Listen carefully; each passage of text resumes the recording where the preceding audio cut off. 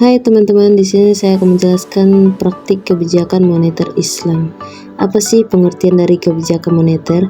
Kebijakan moneter adalah upaya mengendalikan atau mengarahkan perekonomian makro ke kondisi yang diinginkan yang lebih baik dengan mengatur jumlah uang beredar. Yang dimaksud dengan kondisi lebih baik adalah meningkatnya output, keseimbangan dan atau terpeliharanya stabilitas harga.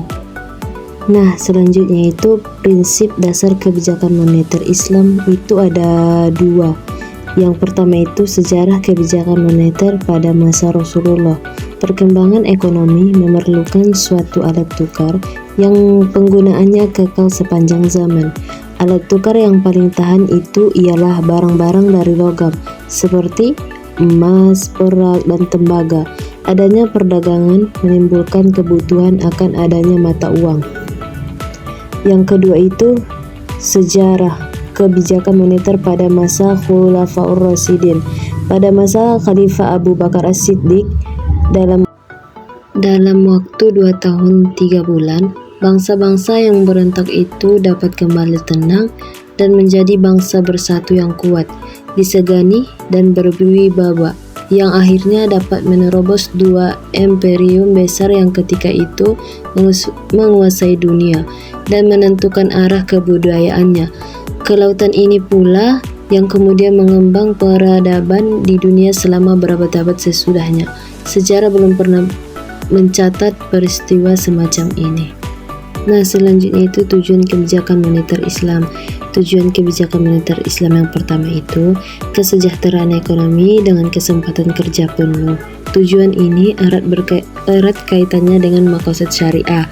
Kesejahteraan ekonomi mengambil bentuk terpenuhinya semua kebutuhan pokok manusia, hapusnya semua sumber utama dan kesulitan, dan peningkatan kualitas hidup secara moral dan material. Tujuan yang kedua itu keadilan sosial ekonomi dan distribusi pendapatan dan kekayaan. Keadilan adalah meletakkan sesuatu tempat yang sebenarnya.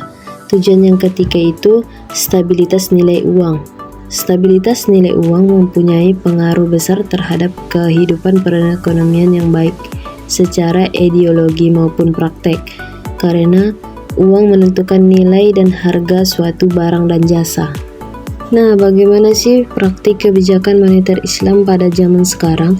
Pada zaman globalisasi seperti sekarang ini, perkembangan praktik ekonomi Islam secara internasional maupun nasional semakin membumi.